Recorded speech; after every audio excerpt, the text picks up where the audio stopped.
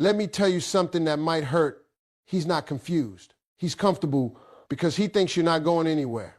But the moment you disappear the right way, not childish, not emotional, that's when everything flips. That's when he starts chasing you. See, most people think love is about holding on tighter. Number. Real power is knowing when to let go without a sound. You kept replying fast. You kept showing up. You kept proving your loyalty. And he got used to it. Not because you are. Not valuable, but because you made your value easy to access. Listen carefully, people don't chase what's always available. They chase what they feel slipping away. So when you vanish, I don't mean block him in anger. I don't mean drama. I mean peaceful, powerful distance. No explanations. No emotional speeches. No, why are you doing this to me?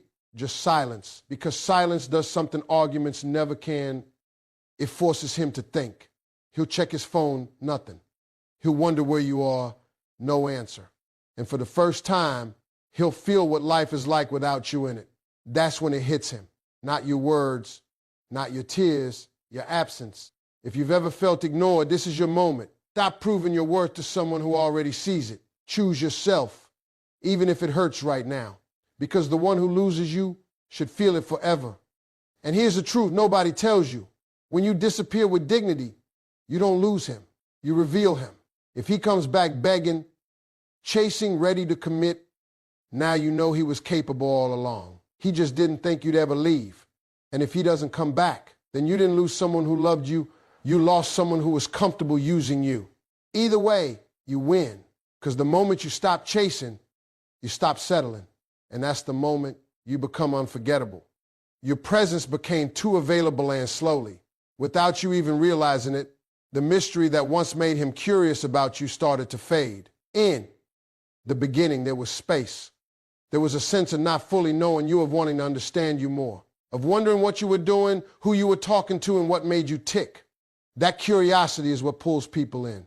It creates excitement. It builds attraction.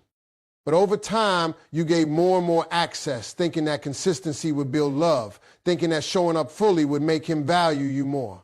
Instead, what happened was the opposite. You became predictable. Not in a peaceful, stable way, but in a way where he no longer had to wonder about you. He didn't have to think twice before texting you because he already knew you'd reply instantly. He didn't have to make an effort to see you because he knew you'd always be available. He didn't have to earn your attention because you were already giving it freely, without conditions, without boundaries. And when something becomes easily accessible, the human mind stops placing high value on it. That's not because you lost your worth. Your value didn't decrease. Your personality didn't become less attractive. Your heart didn't become less pure. The problem is not who you are, it's how consistently and freely you made yourself available without requiring the same level of effort in return. When there's no challenge, there's no chase. When there's no uncertainty, there's no excitement. And when there's no space, there's no reason to wonder. You might think love means being there all the time. You might. Believe that showing someone you care should be enough to make them care back. But attraction doesn't always work that way. People often appreciate what they have to work for.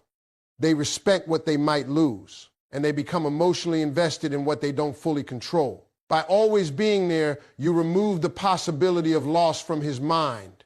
He didn't worry about you leaving. He didn't question your feelings. He didn't feel the need to step up. Because in his world, you were already guaranteed. And once someone feels like they've secured you without effort, they unconsciously stop putting in effort themselves.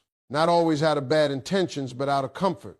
Comfort can be dangerous in relationships when it's not balanced with appreciation, because comfort without effort turns into neglect. Think about it. When was the last time he truly wondered about you? When was the last time he felt unsure, even for a moment, if he could lose you? When was the last time he had to actually work to keep your attention? If the answer is it's been a while, then that's where the shift happened. Mystery isn't about playing games. It's not about manipulation or pretending to be someone you're not. It's about maintaining a sense of individuality.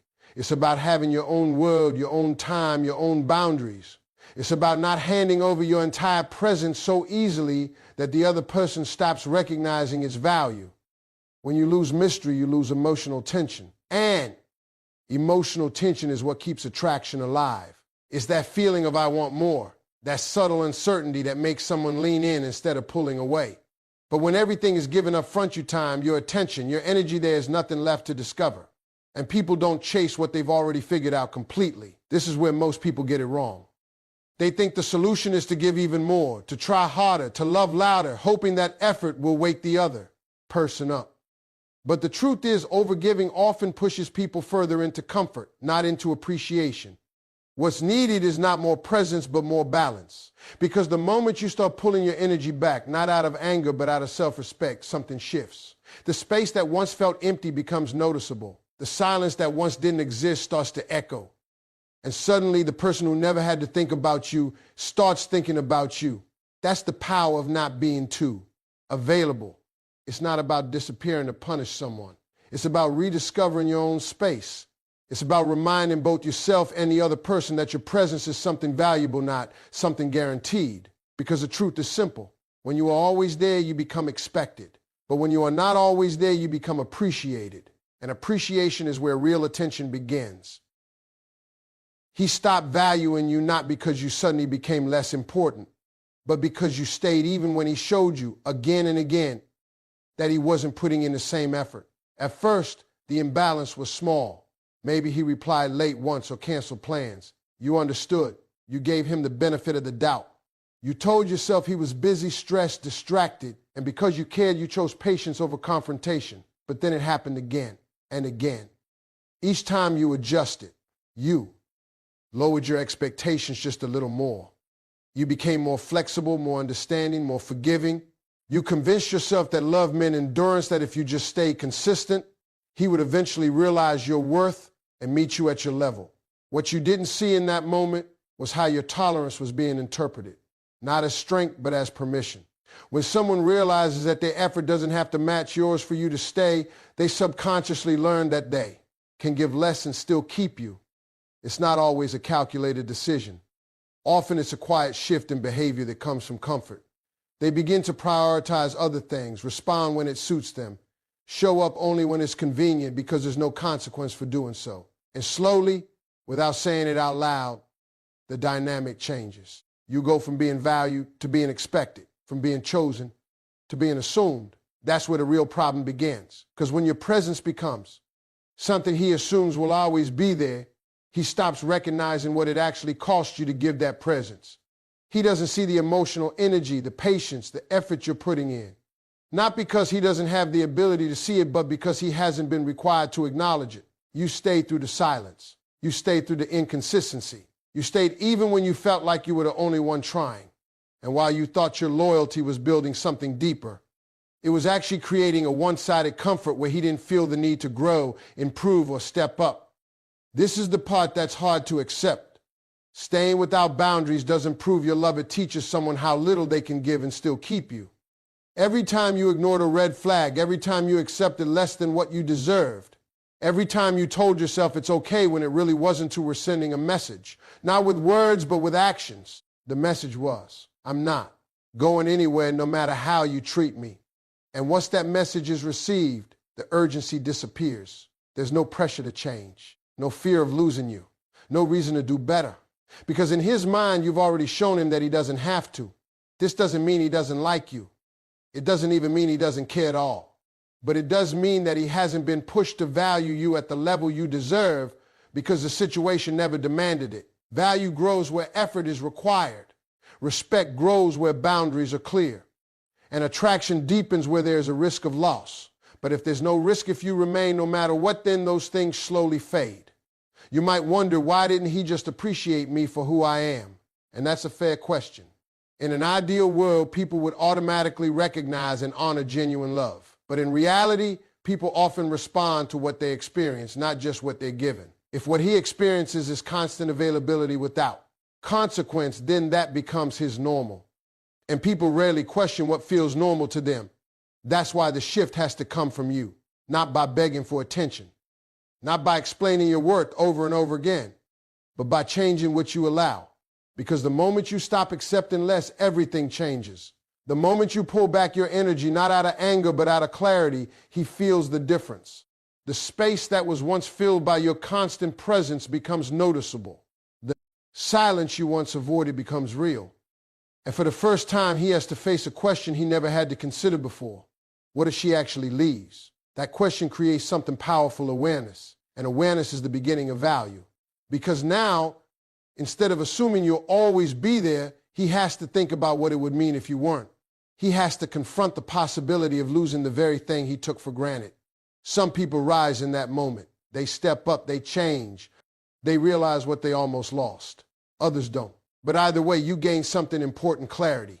You see who he is when your presence is no longer guaranteed.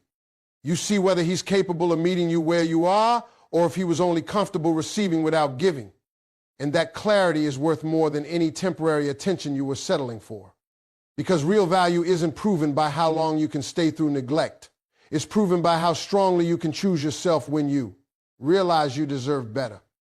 Emotional withdrawal creates something that constant presence never can: a sudden shift in perception. When you are always there, always responding, always available, always emotionally invested, the other person stops actively noticing you. Not because you are insignificant, but because your presence becomes part of the background of their life. It becomes expected, and the human mind doesn't react strongly to what feels guaranteed. But the moment you begin to withdraw, emotionally, that sense of certainty is disrupted. It's important to understand that emotional withdrawal is not about playing games or pretending not to care. It's about redirecting your energy back to yourself instead of continuously pouring it into someone who has stopped reciprocating. It's quiet, it's controlled, and it's intentional. When you stop reacting the way you used to, he notices. When your replies become less immediate, he notices. When you stop over-explaining yourself, he notices. When your energy feels different, calmer, more distant, less attacked, he notices. At first, he may not say anything. He may assume you're just busy. But internally, something starts to shift.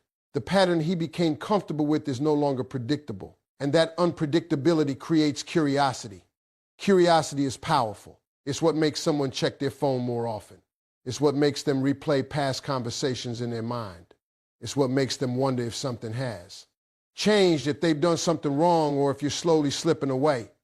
And with curiosity comes another feeling of uncertainty. Uncertainty is uncomfortable for most people. It creates a sense of imbalance. When someone is used to having emotional control in a situation, knowing that you will always respond, always engage, always care, they feel secure. But when that emotional access is reduced, that sense of control starts to fade. Now, instead of you wondering about him, he starts wondering about you. That shift is where everything begins to change. Because once uncertainty enters the picture, the possibility of loss becomes real. Before, he didn't think about losing you. Why would he? You always there. But now, your absence, whether it's in your energy, your attention, or your emotional availability, creates a gap. And that gap forces him to confront something he hadn't considered before: life without you. And that thought carries weight. It's not your words that create this impact. It's not arguments or emotional conversations. Those often get dismissed or forgotten. But absence is different. Absence lingers. It creates space for reflection. It gives the other person time to feel what they've been avoiding. When you withdraw emotionally, you stop filling that space for him. You stop being the one who keeps the connection alive. You stop compensating for his lack of effort. You stop making it easy for him to feel secure without contributing. And in that silence, he has to face his own role. He may start reaching out mean. He may test the waters to see if you'll respond the same way. He may try to reestablish the dynamic he was comfortable with. But because you've shifted, the response is different. You're not cold. You're not rude. You're just not as available. And that difference is enough to create tension. Emotional tension is what drives attention. It's what makes someone lean in instead of pulling away. When everything feels easy and predictable, there's no reason to invest more. But when something feels uncertain, when there's a sense that it could be lost, the mind starts to focus. That focus turns into effort. Not always immediately and not always in the way you expect, but it begins. Because now, instead of taking you for granted, he has to consider what it would take to bring you back to the way things were. And more importantly, he has to question whether he even can. That's where fear enters. Not fear in a dramatic sense, but a quiet realization. I might actually lose her.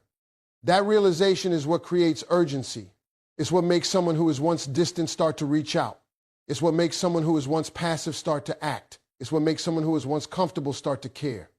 But here's the key: this only works when the withdrawal is genuine. If it's done with the expectation of a reaction, it becomes inconsistent. If you pull away but then quickly return the moment he gives a little attention, the pattern resets. The certainty comes back, and the impact is lost. Real emotional withdrawal requires discipline. It means sitting with the silence. It means resisting the urge to chase. It means choosing your self-respect over temporary comfort, because the goal is not to manipulate his feelings. The goal is to stop abandoning your own. And when you do that, when you truly step back and allow space to exist, you give him something he hasn't had in a long time. The chance to feel your absence. An absence, when it comes from someone who once gave so much, is impossible to ignore. It doesn't scream. It doesn't beg. It simply exists. And that existence is enough to change everything.